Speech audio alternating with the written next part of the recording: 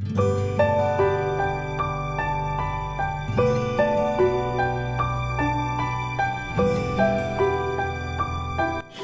मुलांनो, आज आपण गणित विषय बघणार आहे.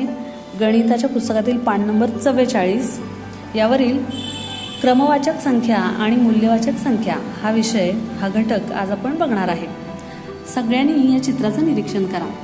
काय दिसतंय बरं चित्रामध्ये? तर हे एक मैदान आहे धावण्याच्या शर्यतीचं आणि त्याच्यामध्ये काही मुलं धावत आहेत. कोण कोण धावत आहे बघा बरं. जॉन, निखिल, शकील, सोहम, सौरभ अशी 5 मुलं धावत आहेत. आता या चित्रावरून खाली काही प्रश्न दिलेले आहेत, त्याची उत्तरं आपण द्यायची आहेत. बघा हां, वरील चित्रात पळण्याच्या शर्यतीत एकूण मुले किती? उत्तर त्यांनी दिलेलंच आहे 5. बघा बरं, आहेत का 5? 1 2 3 4 5. बरोबर. 5 ही मूल्यवाचक संख्या आहे. 5 ही काय आहे?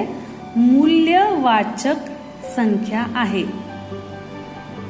पळण्याच्या शर्यतीत सौरभचा क्रमांक कितवा?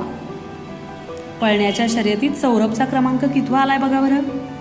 इथं आहे सौरभ आणि त्याचा शेवटचा क्रमांक आलाय, कारण पुढं 4 मुलं आहेत आणि तो शेवटी आहे. एकूण मुलं आहेत 5, म्हणजे हा पहिला, दुसरा, तिसरा, चौथा आणि सौरभ कितवा आलाय? तर 5वा आलेला आहे. कितवा आलेला आहे? 5वा.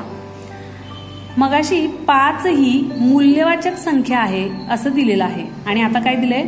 5वा हा क्रमवाचक शब्द आहे. काय फरक आहे रे? मूल्यवाचक, मूल्य म्हणजे किंमत, वाचक म्हणजे वाचताना किंमत दाखवणारी संख्या, आणि क्रमवाचक, क्रम म्हणजे क्रमांक, नंबर. संख्या कितवी आहे? क्रमवाचक म्हणजे त्या संख्येचा क्रमांक कितवा. हे क्रम दाखवणारी, वाचक म्हणजे दाखवणारी, क्रम दाखवणारी संख्या 5वा आहे आणि फक्त 5 ही मूल्य दाखवणारी संख्या आहे, किंमत दाखवणारी संख्या आहे. एकूण मैदानावर मुलं किती आहेत? 5. एकूण विचारलं बघा, एकूण विचारलं की जे उत्तर मिळेल त्याला म्हणायचं मूल्यवाचक. आणि कितवा? पहिला का दुसरा की तिसरा की चौथा, कितवा क्रमांक असं जर विचारलं, कितवा, तर जे उत्तर मिळेल त्याला म्हणायचं क्रमवाचक शब्द. मूल्य म्हणजे एकूण आणि कितवा म्हणजे क्रमवाचक. क्रमवाचक म्हणजे कितवा, मूल्यवाचक म्हणजे एकूण किती. पुढं बघा, पहिला कोण आहे? आता बघा बरं चित्रामध्ये पहिला कोण आहे रे? पहिला बरोबर निखिल आहे. पहिला कोण आहे? तर निखिल पहिला आहे. चौथ्या क्रमांकावर कोण आहे? बघा बरं, चौथ्या क्रमांकावर कोण आहे? हा पहिला आहे, हा दुसरा, हा तिसरा आहे, तर हा चौथा. चौथ्या क्रमांकावर शकील आहे. आता बघा मुलांनो, पुढे एक अजून चित्र दिलेलं आहे छानसं. काय मज्जा आहे. प्राण्यांची आगगाडी आहे बघा, प्राण्यांची रेल्वे आहे आणि ते सगळे एका एका गाडीत बसून, डब्यात बसून फिरायला चाललेले आहेत. आता बघा इथे काय दिले खाली, मोर कितव्या डब्यात आहे? बघा बरं, मोर कितव्या डब्यात आहेत? आता याला डबा नाही म्हणायचं का? बरोबर, हे इंजिन आहे आणि इथून डबे सुरू झालेत. मग हा पहिला डबा, हा दुसरा आणि हा तिसरा डबा. बघा बरं, मोर कितव्या डब्यात आला मग? बरोबर, मोर तिसऱ्या डब्यात. वाचा सगळ्यांनी, मोर कितव्या डब्यात आहे?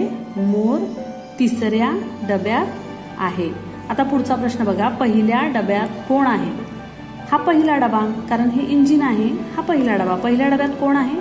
ओळखलं का सगळ्यांनी? उंदीर मामा बसलेत. बरोबर, पहिल्या डब्यात कोण आहे? पहिल्या डब्यात उंदीर आहे. पुढचा प्रश्न, ससा कितव्या डब्यात आहे?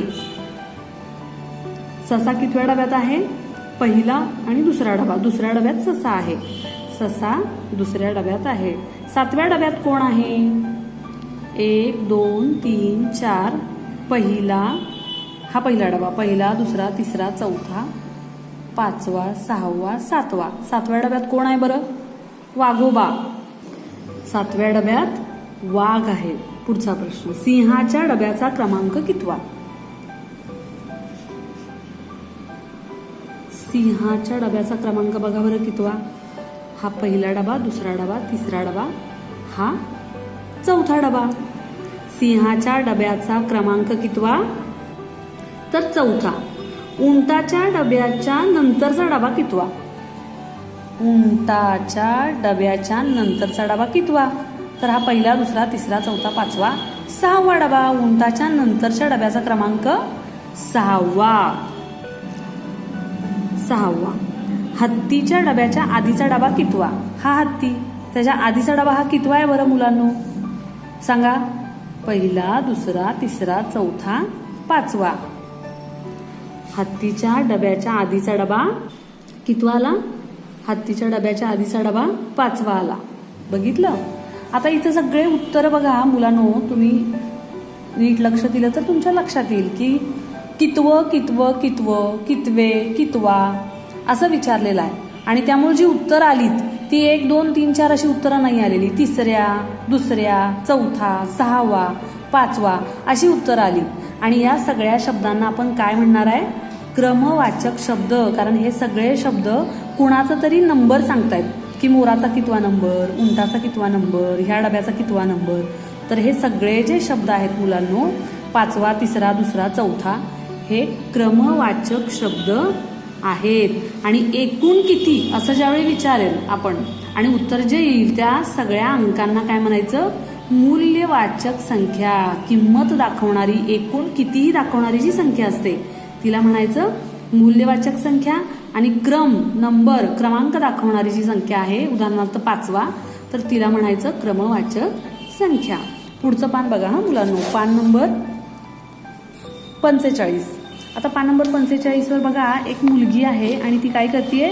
तिच्या हातामध्ये बागेत फुलझाडांना, फळझाडांना पाणी घालण्यासाठी असणारी झारी आहे.